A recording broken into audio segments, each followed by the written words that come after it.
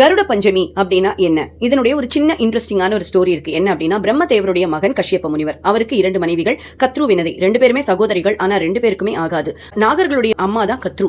கத்ரு அதுல மோசடி செய்து வினதையையும் அவளுடைய குழந்தைகளான அருணன் மற்றும் கருடன் 2 பேருமே அடிமையாக்கி வச்சிருந்தா. அவள்கிட்ட இருந்து விடுதலை பெறணும்னா தேவேந்திரன்கிட்ட இருக்கிற அமிர்த கலசம் தனக்கு வேணும்னு கத்ரு சொல்ல, அதை எடுக்கிறதுக்காக கருடன் நேர தேவேந்திரனோட இடத்துக்கு போய் சண்டை போட்டு அவரை ஜெயிச்சு அமிர்த கலசத்தை கொண்டு வந்து கொடுக்கிறார். எல்லாரும் விடுதலை ஆனதுக்கு அப்புறமா இவர் சொல்றார், நம்ம அமிர்தத்தை சாப்பிடணும்னா முதல்ல குளிச்சுட்டு விருத்தியா வந்து சாப்பிடணும்னு சொல்ல, கத்ரு அதை ஆற்றங்கரையில வச்சு குளிக்கிறதுக்காக போன போது மீண்டும் அந்த கலசத்தை எடுத்துட்டு போய் கருடன் தேவேந்திரனிடம் ஒப்படைச்சார். இந்த புத்திசாலித்தனத்தை பார்த்து நம்மளுடைய மகாவிஷ்ணு, நீ என்னுடைய வாகனமாக இருன்னு சொல்லி அவரை அமர்த்தி கொண்டார்.